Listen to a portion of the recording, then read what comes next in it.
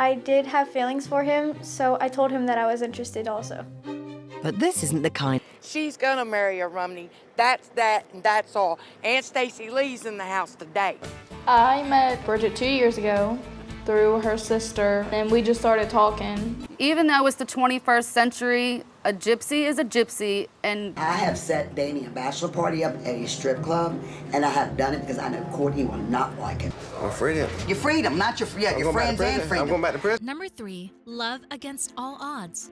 Lexi had always dreamed of having a magical wedding, just like any other young girl. But for her, family tensions made the road to her special day a rocky one. As a 16-year-old romantical traveler, Lexi faced resistance from her family when she decided to marry Kenny, a non-traveler man. On the TLC series Gypsy Brides US, Lexi shared her story. Living at home with her mother, Marianne, who was a strong believer in the traveler way of life, Lexi found herself caught in the middle of a cultural clash. I'm a Roman child gypsy and I'm from Youngstown, Ohio. We're crazy. We like to party and just have fun. In my heart that the traditional gypsies are a dying breed, and it's a culture that we work very hard to maintain. I missed you today. From the moment I first saw Lexi, I love your chubby little cheeks, pretty little smile. And we started dating for like a week, and then he asked me to marry him, and I said yes. Despite only dating for a short time, Kenny had proposed to Lexi, and she had said yes. But Marianne and her aunt Stacy were not happy with her decision to marry a non-traveler or a gorger. Marianne had previously married a non-traveler and had faced being shunned by the traveler community. She was determined that Lexi would not suffer the same fate, telling Kenny that if he wanted to marry her daughter, he had to cut off every non-traveler in his life, including his own family. You get rid of them or you get rid of Lexi, she said. You know I see you in my life forever. It doesn't matter to me that Lexi's a gypsy. Marry this gorger and everything's gonna be all right. It's not reality. She doesn't know she's playing with fire. These gorgeous don't believe that. They want her to get a job properly. When I married a gorger, it was really hard to get back. This is coming to an end now. You want to marry my daughter. You aren't born a gypsy. You have no gypsy blood running. Denounce all the gorgers in your life. Despite the ultimatum, Kenny had invited his family to the wedding, causing even more drama on the big day. Stacy, who could spot a gorger a mile away because of their smell, noticed Kenny's family and promptly pointed them out to Marianne. When the officiant asked if anyone objected to the marriage, Marianne stood up and announced that she did. Confronting Kenny, Marianne accused him of lying about cutting off his family, shouting at him for lying and letting his gorger family come. She was promptly told to sit down by Kenny's mother. Marianne then told Lexi that she would disown her, to which Lexi replied that she didn't care and that the only thing that matters is her love for him. For her, it didn't matter if they disown her and even challenged them to go ahead if they wanted to. Talking to your family, you get them all out of your life, you get rid of them, or you get rid of Lexi. I hate to say this, but my future mother-in-law seems like a bitch. I have no idea what I'm gonna do. We are gathered here on this wonderful day to witness the. This is a day of great celebration and reverence. No! This ain't happening. Will disown you. You will not be my blood no more. I don't give a shit. Stop. Stop filming me, like, for real. Marianne and Stacy stormed out of the ceremony. Despite the drama, Lexi and Kenny went ahead with their wedding. Lexi was willing to leave her family and the traveler community behind to be with the man she loved. For her, love was more important than tradition or cultural expectations. In the end, Lexi's wedding may not have been the magical day she had always dreamed of, but it was a day that showed her what was truly important, following her heart and standing up for what she believed in, even if it meant going against her own family. It was a reminder that love knows no boundaries, and sometimes the greatest love stories are the ones with the most drama. Are you okay? I don't know. I can't believe she did that. I've never stood up to my mom like this before. By the power vested in me by God in the state of North Carolina, I pronounce you as husband and wife.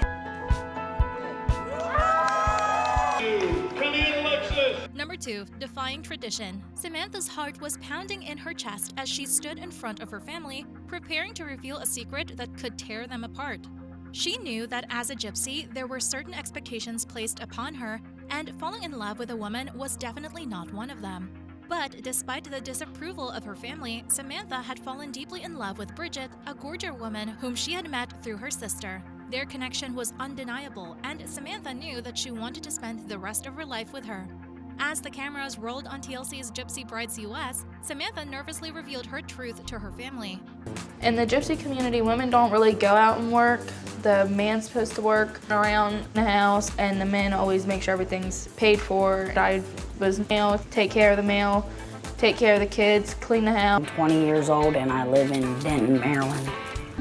It's not Gypsy tradition that I'm with a female. I'm supposed to be with a man. Her sister Amber was the first to react, her face contorted with anger as she struggled to understand how her little sister could defy their traditions in such a way.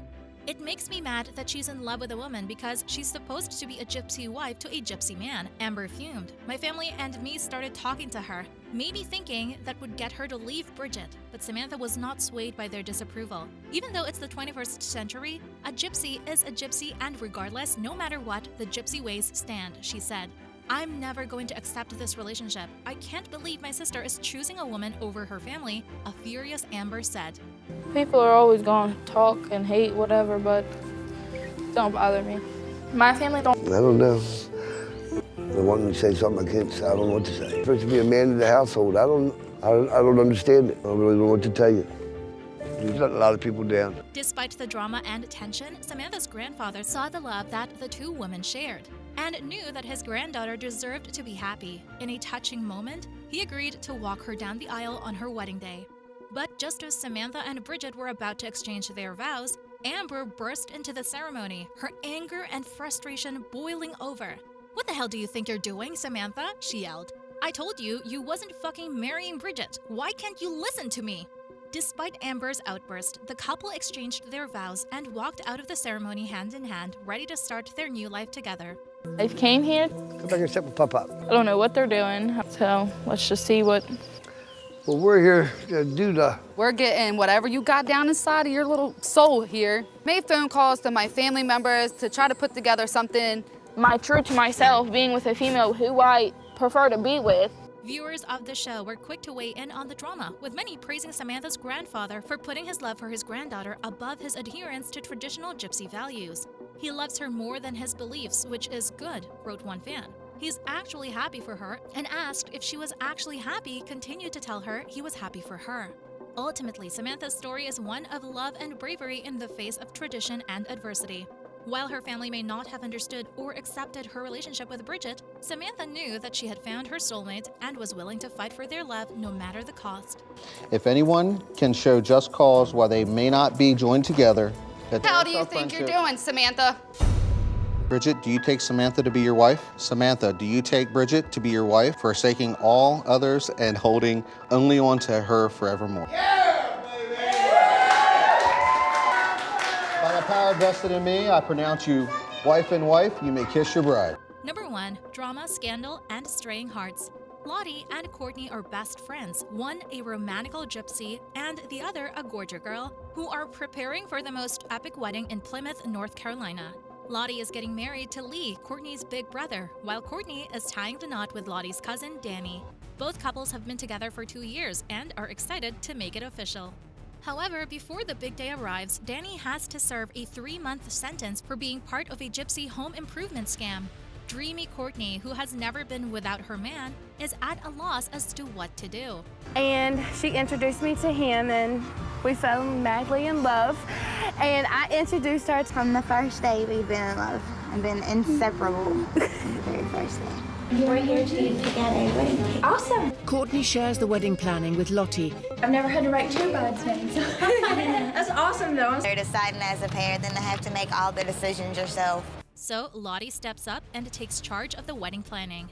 The duo decides on a shiny silver-studded wedding cake and a monster truck to transport them to the venue. Courtney, raised a redneck, loves the idea of the truck as her wedding transportation. The Old Fisherman's Social Club serves as the perfect venue for the wedding, and Sandra Selly designs the over-the-top dresses for the girls. But Danny's mother, Gail, has other plans. She wants her son to marry a proper gypsy woman, not a non-gypsy girl like Courtney. To make matters worse, Danny goes missing on his way back from prison, and Lottie and Courtney have to track him down in the middle of the night without the limo. It's frustrating that he's not here right now and that we can't find out anything. I'm sorry. I'm very nervous still. Hurry. I'm so excited to finally get to see him. I told you then. Oh, you look so good. Feels great to be back. It's awesome. And what's gone? You have to help me plan the wedding. With the wedding only days away, Gail plans a bachelor party at a local strip club, hoping to run the wedding off the rails. Danny's best friend makes sure he has a good time, but Danny takes it too far and ends up with a stripper named Mindy. Gail spills the beans about Danny's infidelity, and Courtney's family goes berserk. The wedding is called off, and a month goes by. Danny decides he wants Courtney back, but both Lee and Lottie are at odds with him. Courtney's half of the wedding is back on, despite protests from her family. On the day of the wedding, Courtney needs to be taped into her dress and shoehorned into her ride to the event. My freedom. Your freedom, not your your friends and freedom. I'm going back to prison? Yeah, you might as well say, when you say I do, you're going to prison. Courtney has no idea how to be a Romney wife. I've set Danny a bachelor party up at a strip club, and I have done it because I know Courtney will not like it. Danny, I'm telling you right now, do you want to be with me or not? Yeah, I want to be with you. Just let me get home. Calm down. Quit getting so excited. Calm down. When she arrives at the church, she discovers that there are no other guests besides Danny's family.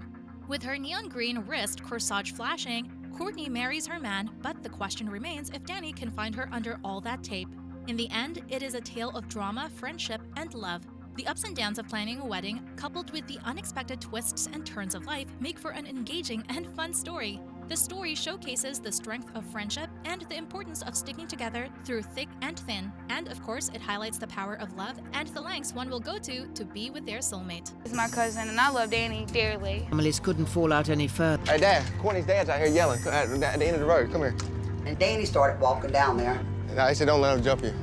If you want to fight him one-on-one. It's like full-on war, Danny's family against my family. And then the cops arrest me for disturbing the peace. But going because you're out of my son's life now. When he started to walk away, he's really not going to help. That's all for today, folks. See you next time.